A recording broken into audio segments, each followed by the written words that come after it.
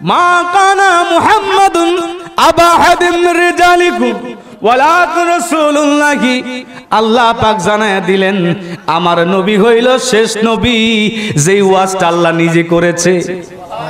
খাতামান নবীন, সুবহানাল্লাহ বলেন। আবার হাদিস শরীফের মধ্যে নবী আমার নিজেই জানায়া দিলেন, ও উম্মতেরা শোনো, আমি হইলাম শেষ নবী, আমার পরে আর কোন নবী আসবে না। সুবহানাল্লাহ। আমার নবী জানায়া দিলেন আনা খাতামান নবীন লা নাবিয়া বাদি। আল্লাহর নবী ডাক দিয়ে বললেন, সাহাবীরা রে, আমি হইলাম শেষ নবী, আমার পরে আর কোন নবী আসবে না। কেউ নবী দাবি করলে তাকে নবী হিসেবে মানা যাবে না। কথা বলেন ঠিক কিনা? আমার আল্লাহ ডাক দিয়ে বলে, হাবিব আপনার ইজ্জত কত? আমার আল্লাহ কোরআন শরীফের মধ্যে বললেন, সবাই একটু জবান খুলে বলেন বিসমিল্লাহির রহমানির ওয়ালিল্লাহিল ইজ্জাতু ওয়ালি রাসূলিহি ওয়ালিল মুমিনিনা ওয়ালাকিন্নাল মুনাফিকিনা লা ইয়ালামুন। আমার আল্লাহ ডাক দিয়ে বললেন, ইজ্জত আমি আল্লাহর জন্য রে, ইজ্জত আমার হাবিবের জন্য। ওয়ালিল্লাহিল ইজ্জাতু, ইজ্জত আমি আল্লাহর জন্য। ওয়ালি রাসূলিহি, আমার রাসূলের জন্য। কিন্তু আমার দেশের কিছু মানুষ আমার নবীর ইজ্জতের কথা শুনলে তাদের ভালো লাগে না। আছে কি আছে না? হাত উঠায় বলেন, আছে কি আছে না? আমার আল্লাহ নিজে ডাক দিয়ে কয়, আমি আল্লাহর পরে আমার নবীর স্থান। সুবহানাল্লাহ বলে। আল্লাহ ডাক দিয়ে বলে, আমি আল্লাহর পরে আমার হাবিবের স্থান। ওয়ালিল্লাহিল ইজ্জাতু ওয়ালি রাসূলিহি, আমি আল্লাহর ইজ্জতের পরে আমার হাবিবের ইজ্জত। আল্লাহ ডাক দিয়া কয়, বান্দারে, আমার হাবিবের কত ইজ্জত তোমরা জানোনি? আমার আল্লাহ ডাক দিয়া বলে, আমার হাবিবের কারণে আমি কুল কায়নাতের দাম বাড়িয়েছি। যেই দিন আমার রহমতের নবী, নূরের নবী দুনিয়াতে আসবে রে, মা আমেনা বলে, দুনিয়ার মধ্যে কত শিশু মানুষ আমি দেখলাম, কত মাসুম বাচ্চাদেরকে দেখলাম, কিন্তু আমার শিশু মুহাম্মদ রাসূলুল্লাহ যেই দিন দুনিয়াতে আসবে, আমি তার অলৌকিক দেখিয়া আমি আমেনা বেকুল হয়ে গেছি।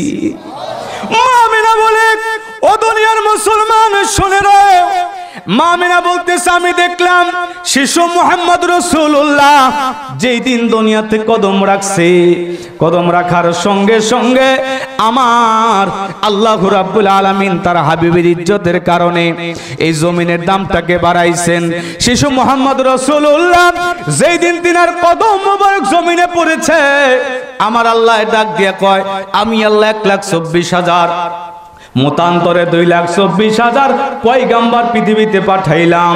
কোন নবীদের জন্য এই জমিনকে নামাজের জন্য যাই নামাজ বানাই নাই। আল্লাহু আকবার বলে। কিন্তু আমার হাবিবের কদম মোবারক যেই দিন জমিনে পড়েছে, পড়ার সঙ্গে সঙ্গে আমার হাবিবের কদমের কারণে উম্মতে মুহাম্মাদির জন্য এই জমিনকে আমি নামাজের জন্য যাই নামাজ বানায়া দিয়েছি। শুধু তাই নয়, আমার আল্লাহ তাআলা তার হাবিবের কত ইজ্জত সম্মান দিয়েছেন। যেই দিন আমার নবীকে মেরাজের রজনী জগৎ ভ্রমণ করিয়েছেন, নবী আমার জুতা মোবারক নিয়ে আরশের মাকামে গিয়েছে, আরশ মহল্লায় জুতা মোবারক নিয়ে চলে গেলেন। জুতা মোবারক খুলতে চায়, আমার আল্লাহ ডাক দিয়ে বলে, হাবিব আপনি জুতা মোবারক খুলবেন না, কারণ আপনার জুতা মোবারকের নিচে যে ধুলাবালি আছে, এই ধুলাবালির পরশ পাওয়ার জন্য আমি আল্লাহর আরশ মহল্লা কয়েক হাজার বছর ধরে অপেক্ষায় আছে। এ বন্ধু, শুধু তাই নয় রে, নবীজির কদম মোবারকের কত দাম। আমার আল্লাহ বললেন, হাবিব শুধু আপনি নয়, আপনার জুতা মোবারকের কত ইজ্জত। আজকে জড়জগৎ, নূরের জগৎ, সমস্ত জগৎ পাড়ি দিয়ে আপনি আসছেন আরশের মাকামে, আর আপনার কদম মোবারকের নিচে জুতা মোবারক। এই জুতা মোবারকের নিচে কুল কায়নাতকে আমি রেখে দিয়েছি হাবিব। আমি আল্লাহ বুঝাইতে চাই, আপনার জুতার নিচে সমস্ত সৃষ্টি জগৎকে আমি রাখলাম। সমস্ত সৃষ্টি জগৎ আজকে, সমস্ত সৃষ্টি জগতের উপরে আপনার জুতা মোবারক আছে। অতএব আপনার জুতার সমতুল্য আমি আল্লাহর সৃষ্টি জগৎ হতে পারে না। জোরে কি বলা যাবে না সুবহানাল্লাহ? মা আমিনা ডাক দিয়ে বলে, দুনিয়ার মানুষ রে শুনো রে, আমি দেখলাম আমার শিশু মুহাম্মদ দুনিয়াতে যখন উপবিষ্ট হলো, দুনিয়াতে আসার সঙ্গে সঙ্গে শিশু মুহাম্মদ রাসূলুল্লাহ সিজদায় পড়ে গেল। সিজদায় পড়ে দেখলাম শাহাদত আঙ্গুলখানা আসমানের দিকে দিয়া গুনগুন করে কি যেন বলতেছিল। জোরে বলেন না। নবীজির শানের কথা বলবো গো কারে, মারহাবা। ইলাহি আলামিন আসমানের জমিন সৃজন করিলেন আল্লাহ যাহার খাতিরে।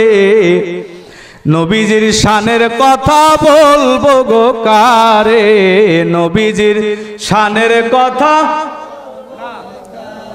পারে তরি বান্ধিয়া, পারে তরি বান্ধিয়া আমার নবী থাকবে দাঁড়াইয়া, পারে তরি বান্ধিয়া নবী থাকবে দাঁড়াইয়া। ইমাম হাসান হুসাইনের রবে দুই কিনারে। নবীজির শানের কথা বলবো গো কারে, নবীজির শানের কথা। মা আমিনা ডাক দিয়া বলে, ও দুনিয়ার মুসলমান, আমি কান লাগাইলাম দেখি আমার শিশু মুহাম্মদ রাসূলুল্লাহ কি বলে, আমি একটু শুনি। মা আমিনা বলে, আমি স্পষ্ট শুনতে পাইলাম রে, আমার শিশু মুহাম্মদ রাসূলুল্লাহ বলতেছে, ইয়া রব্বি হাবলি উম্মতি উম্মতি উম্মতি। উম্মতেরও ব্যথায় নবী কান্দিত, উম্মতেরও ব্যথায়। টাকায় বসেন, আগায় বসেন। কাফেরেরা ডেইলা পাথর মারিত, বলেন কাফেরেরা ডেইলা জন্ম নিয়া কান্দেন নবী উম্মতি, জন্ম নিয়া কান্দেন আমার উম্মতের হবে কোন গতি, বলেন আমার উম্মতের কোন গতি। এ সুন্নি মুসলমান, আমার নবী দুনিয়াতে আসবে রে। রোজে আজলে আমার আল্লাহ সমস্ত নবীদের কাছ থেকে ওই দিন ওয়াদা নিয়েছিল। আমার আল্লাহ বলেছিল, নবী সকল তোমরা বলো, আমার কাছে ওয়াদা করো, আমার আখিরি জামানার বন্ধু নূর নবীকে যেই দিন আমি আল্লাহ দুনিয়ার মধ্যে পাঠাবো, তোমাদের নবুয়ত শেষ হয়ে যাবে। ওই দিন সমস্ত নবীরা আমার আল্লাহর কাছে ওয়াদা করেছিল, আল্লাহর কাছে বলেছিল, আপনার বন্ধুকে পাঠানোর সঙ্গে সঙ্গে আমাদের নবুয়ত শেষ হবে, আমরা আখিরি জামানার নবী নূর নবীর কাছে আমরা কালেমা পড়ব। জোরে বলেন আল্লাহু আকবার। এ বন্ধু, আপনাদেরকে একটি ঘটনা শোনাই। আল্লাহর পয়গম্বর সুলাইমান আলাইহিস সালাম আল্লাহর একজন জলিল কদর নবী ছিল। এই আল্লাহর পয়গম্বর সুলাইমান আলাইহিস সালামকে আমার আল্লাহ একটা সিংহাসন দান করেছিল, একটা তখ্ত দান করেছিল রে, যে সিংহাসনের উপরে বসে তাম পৃথিবী সওয়ার করত। সময় লাগতো মাত্র 12 ঘন্টা। কয় ঘন্টা? জোরে বলেন কয় ঘন্টা? হাত উঠাও, বলেন কয় ঘন্টা? নারে তাকবীর, নারে রিসালাত, বিশ্বলি খাজা বাবা ফরিদপুরি আজকের ফাতিহা মাহফিল আজিমুশান ইসলামী জলসা নারে তাকবীর। আল্লাহর পয়গম্বর সুলাইমান আলাইহিস সালামকে আমার আল্লাহ তখ্ত দান করেছিল, তাম পৃথিবী সওয়ার করতেন, সময় লাগতো মাত্র 12 ঘন্টা। কয় ঘন্টা? এই 12 ঘন্টার সময়ের মধ্যে তিনি তাম পৃথিবী সওয়ার করতে পারতেন, সফর করতে পারতেন। সুবহানাল্লাহ বলে। হঠাৎ করে আল্লাহর পয়গম্বর সুলাইমান আলাইহিস সালাম তিনি একদিন সফরে, সারা পৃথিবী তিনি সফর করতেন। হঠাৎ করে একটা মরুপ্রান্তর দিয়া পাড়ি দিয়া যাচ্ছিলেন, কিন্তু তার তখ্ত আর যায় না, থেমে যায়। আল্লাহর পয়গম্বর সুলাইমান আলাইহিস সালাম বললেন, কিরে সিংহাসন, এতক্ষণ সফর করলা, দ্রুত গতিতে তুমি চললা, কিন্তু এই মরু এলাকায় এসে তুমি থেমে গেলা, কারণ কি? ওই তখ্ত জবাব দিয়ে বলে, ও আল্লাহর নবী, এলাকায় আমি পাড়ি দিয়া যাব, এত বড় সাহস, এত বড় বেয়াদবি আমি করতে পারবো না। বলে, কারণ কি? বেয়াদবি হবে কেন? তখ্ত ডাক দিয়ে বলে, আল্লাহর পয়গম্বর ও সুলাইমান আলাইহিস সালাম, এই এলাকাটা একটা মরুভূমি এলাকা বটে, কিন্তু আমার আল্লাহ তাআলার কাছে এই এলাকাটা বড় দামি এলাকা। বলে, দামি হওয়ার কারণটা কি? এবার তখ্ত ডাক দিয়ে বলে, সিংহাসন ডাক দিয়ে বলে, আল্লাহর নবী গো, এই এলাকার দাম হওয়ার কারণ হলো এলাকাতে আখিরি জামানার নবী আসবে। হাত উঠায় বলে আল্লাহু আকবার। আখিরি জামানার নবী আসবে, আমার নবীর আগমনে আমরা খুশি না বেজার? জোরে বলেন, খুশি না বেজার? নবী পাই আমরা খুশি না বেজার? আমরা খুশি, কিন্তু একদল ভাইরা বেজার আছে কি আছে না? জোরে বলেন, আছে কি আছে না? আল্লাহর পয়গম্বর ডাক দিয়ে বলতেছেন, এ সিংহাসন, কারণটা কি? এবার সিংহাসন ডাক দিয়া বলে, আল্লাহর নবী, এই এলাকা যদি আমি পাড়ি দিয়া যাই, উপর দিয়া যদি যাই, আমার বেয়াদবি হবে, কারণ এলাকার মধ্যে আখিরি জামানার নবী আসবে, উনি নবুয়ত প্রচার করবে। নবুয়ত প্রচার যখন শেষের দিকে আসবে, ওনার ইন্তেকাল শরীফ হয়ে যাবে।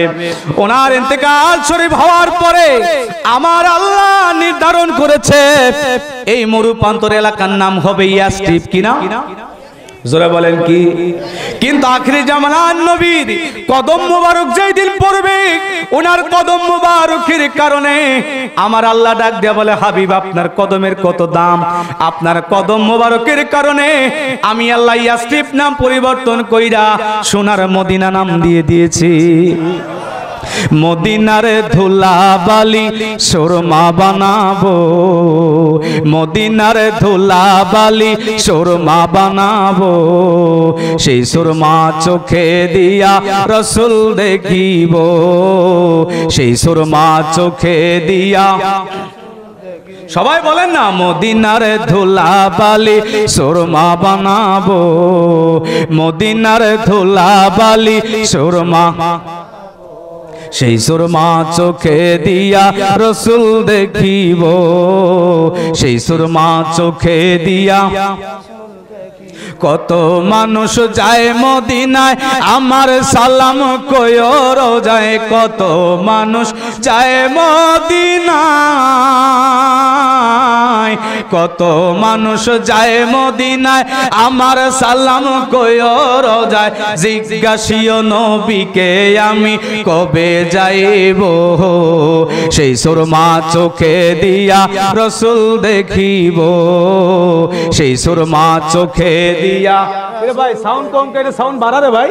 সেই সুরমা চোখে দিয়া, ও মদিনা মনোহরা তুমি সারায় মন মরায়, ও মদিনা মনোহরা মারহাবা, ও মদিনা মনোহরা তুমি সারা এ মন মরা, ইমান নসিব করে আমায় দে, ও রসুল মোরে মদিনার গোলামি আমায় দে। আল্লাহুম্মা সাল্লি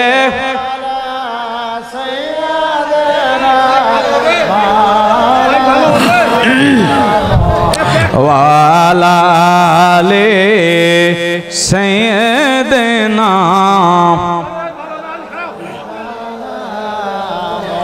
সুলাইমান আলাইহিস সালাম বললেন, এ সিংহাসন ব্যাপার কি? এই এলাকার তো ক্ষমতা বলে আখরি নবীর রওজা মুবারক এইখানে হবে, এই কারণে আমি সিংহাসনের এত বড় ক্ষমতা নাই, আমি এই মরুর উপর দিয়ে আমি যাব। আল্লাহ রাসূলের রওজা যেখানে হবে তার উপর দিয়ে গেলে আমি সিংহাসনের বেয়াদবি হবে, এই কারণে আপনি সুলাইমানকে নিয়ে আমি এলাকা উপর দিয়ে পাড়ি দিয়ে যাইতে পারবো না। আপনি একটা কাজ করেন, এই এলাকা আপনি হেঁটে হেঁটে পাড়ি দিয়ে চলে যান।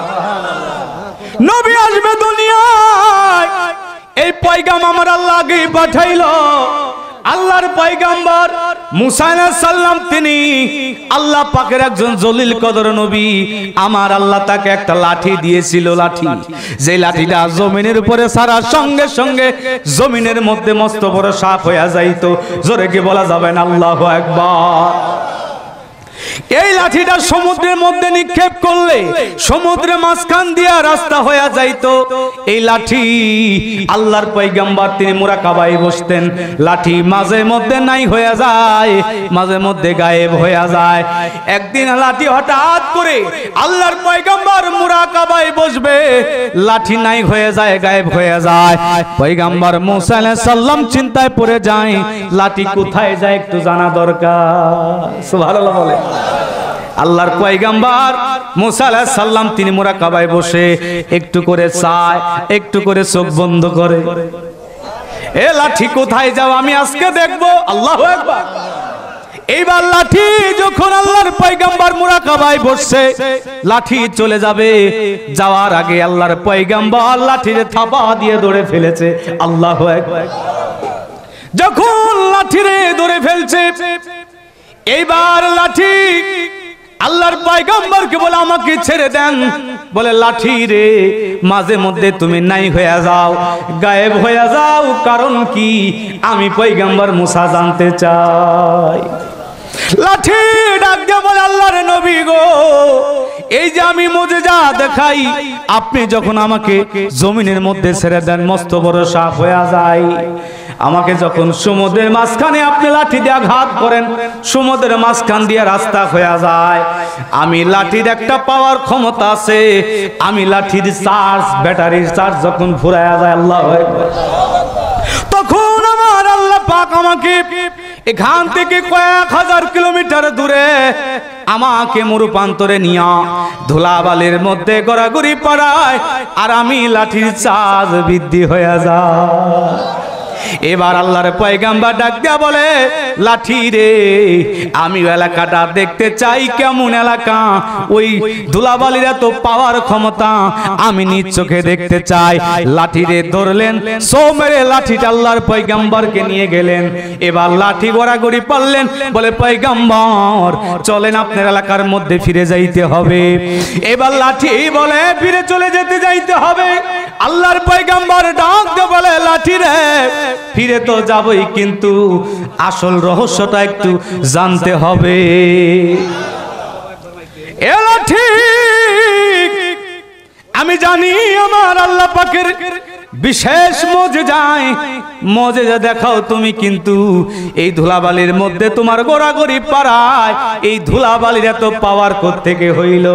এবার আল্লাহর ফেরেশতা জানায় দিলেন, ও আল্লাহর পয়গম্বর মুসা আলাইহিস সালাম, আমার আল্লাহ পাক তার আখিরি জামানার নবীকে দুনিয়াতে পাঠাবে, তিনি নবুয়তি প্রচার করবে, এলাকার মধ্যে তার রওজা শরীফ হবে, যেই জায়গার মধ্যে রওজা শরীফ হবে ওই ধুলাবালির ইজ্জত আমার আল্লাহ বাড়িয়েছে, এই কারণে ওই লাঠিরে গড়াগড়ি পাড়ায় লাঠির চার্জ বৃদ্ধি হয়ে যায়।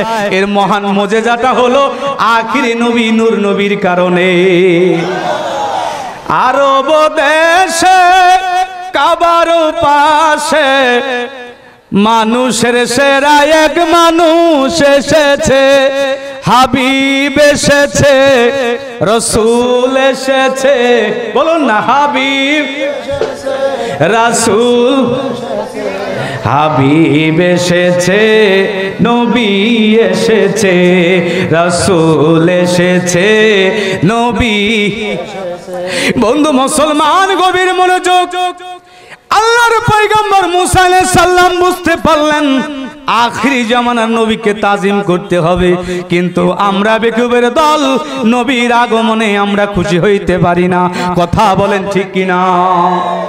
আমার নবীর আগমনে অন্য ধর্মের লোকেরা নবীকে ইজ্জত করেছে, সম্মান করেছে।